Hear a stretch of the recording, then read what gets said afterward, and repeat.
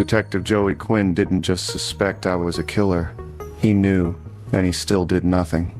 From the moment he saw the sketch of Kyle Butler, to the blood on his shoe at Stan Litty's crime scene, to the security footage of me killing Oliver Saxon, he knew there was no doubt left, only decisions, and his decision was to say nothing, do nothing. Why? Well, that's what we're here to explore. Let's crack him open and take a look. Joey Quinn entered the story like most mistakes do, confidently and half-drunk, transferred from narcotics, a smile just fake enough to make you check your wallet, and a backstory vague enough to make internal affairs itch. He set his sights on Deborah immediately. First red flag. Then came Yuki Amato, his ex-partner turned internal affairs officer, waving accusations like they were speeding tickets. She claimed Quinn had indirectly caused a cop's death, claimed he was dirty. Quinn denied it. Of course he did. But even if he didn't kill that officer, he let the system kill him. And when Yuki tried to pull Deb into the mess to spy on Quinn, Deb refused, because she had something Quinn didn't, a soul that still believes in people. Quinn wasn't evil, just comfortable with compromise. Sound familiar? Then came Christine Hill. Journalist, manipulator, Trinity Killer's daughter. You didn't call me back. Tell me, is this conversation gonna end up in the paper too? Because you have no idea the shitstorm you've got me into. Sorry. Quinn slept with her, gave her details about our investigations. She used them. The fallout. Lundy took a bullet. Deb was nearly killed. Trinity got to keep hunting. Quinn may not have known Christine's true identity, but he knew the risks. He knew he was being used, and he let it happen anyway. The rulebook didn't matter. Ego did. At this point, Quinn wasn't a liability. He was an exposed wire in a room full of gasoline. Today. Do your fucking job. The first real shift between us happened at a crime scene. He cracked open a dead man's safe, slipped a wad of cash into his pocket, and turned around to find me watching him. We locked eyes. He froze, waiting for judgment. But I didn't care, because while he was stealing 20s, I was planning how to dispose of another body. Still, something passed between us in that moment, a silent acknowledgement. He saw me watching. I saw him stealing. No words, no judgment, no threats, and that's when he started watching me back. When Rita died, something in Quinn's focus shifted, like a predator sensing the wind change. She didn't match Trinity's typical profile. Her death was messy, rushed, and off-pattern. And I didn't grieve. I went through the motions. I held Harrison.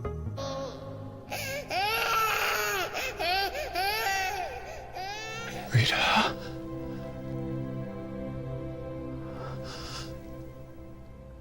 I called the cops, but I didn't crack. I didn't weep. I didn't collapse. Quinn noticed, while others chalked up my numbness to trauma. He saw what no one else did. When we first met, I never expected that to change. She reached out and found something I didn't even know was there. Absence. Absence of emotion. Absence of confusion. The calm of a man who wasn't surprised. From then on, he started circling me the way Dokes once had. Subtle but steady. Watching, following, testing, waiting. Then he found the sketch. The sketch of Kyle Butler was crude, but accurate enough. It was me, or at least a version of me. Clean-shaven, cautious, tailored to Trinity's family. Quinn saw it, compared it to me, and realized something dangerous, something you can't unknow. Then Kyle Butler turned up dead. Coincidence? Hardly. Quinn knew he was chasing something real now, and he wasn't alone. That's when he brought in Stan Litty. Litty was everything Quinn wasn't. Disgraced, paranoid, and willing to dig. He wasn't chasing justice, he was chasing a comeback. Quinn wanted the truth, but not enough to risk his badge. So he sent in a proxy. Litty did the stalking, the surveillance, the breaking and entering. I saw the van. I saw the cameras. I saw the threat. Eventually Litty caught me red-handed. Plastic wrap, kill bags, lumen. It was the endgame. Until I ended him.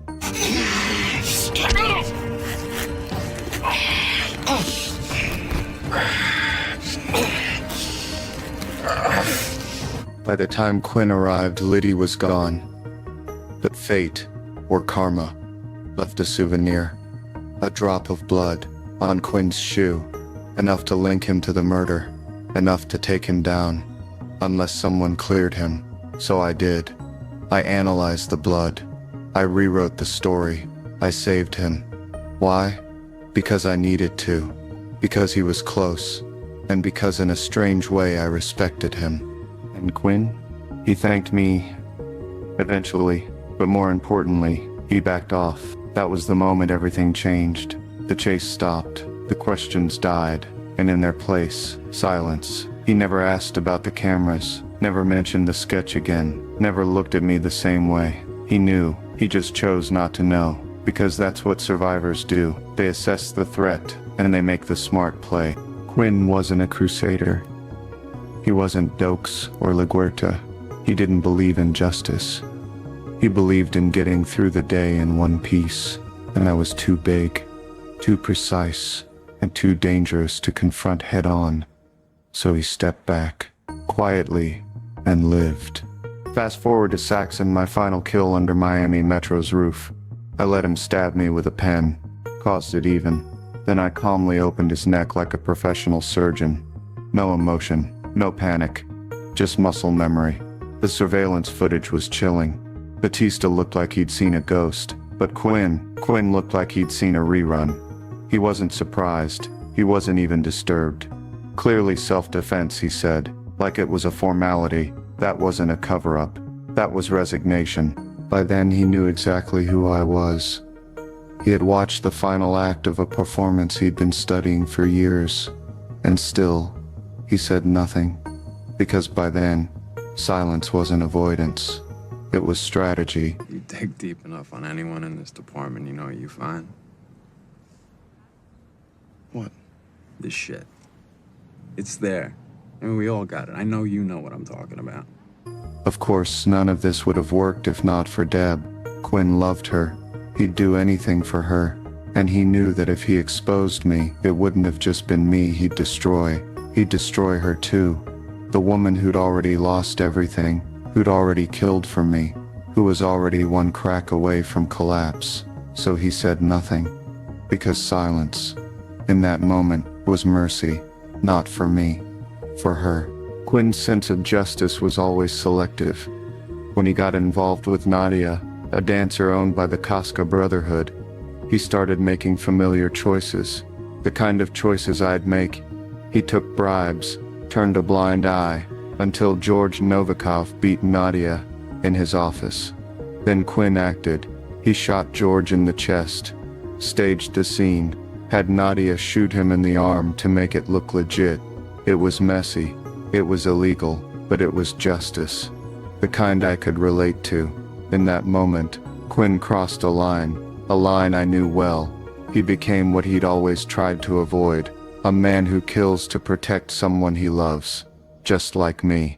Later, when I was tracking Zach Hamilton, another dark passenger in training, Quinn caught me, at night, in gloves, outside Zach's place. I lied, of course, told him I was visiting Jamie. He smiled, said nothing, because by then the lies weren't even for him. He already knew the truth, and he let me go. Again. So why didn't Joey Quinn stop me? Because he understood what it would mean to try. If I was the Bay Harbor butcher, then I'd framed James Dokes, escaped the FBI, killed Trinity, eliminated Litty without a trace, buried LaGuerta's crusade, and kept up the perfect image of a single father, loving brother, and blood spatter analyst. Who would stand in the way of that? Only someone suicidal. And Quinn, for all his flaws, wasn't that. And he wasn't an idiot. Joey Quinn wasn't built for justice. He was built for survival. He did what he had to do. Sometimes that meant playing dirty. Sometimes it meant looking the other way. And sometimes, just sometimes, it meant letting a monster keep walking. Not because he liked it, but because it was safer than trying to stop it. When I disappeared, Quinn let me go. No search, no manhunt, just silence. Because silence had always been his answer. He knew. He always knew. And that's why he lived. Turns out I'm not the only one with dark urges anymore. New monsters have stepped into the light, and some of them feel disturbingly familiar. Let's take a closer look.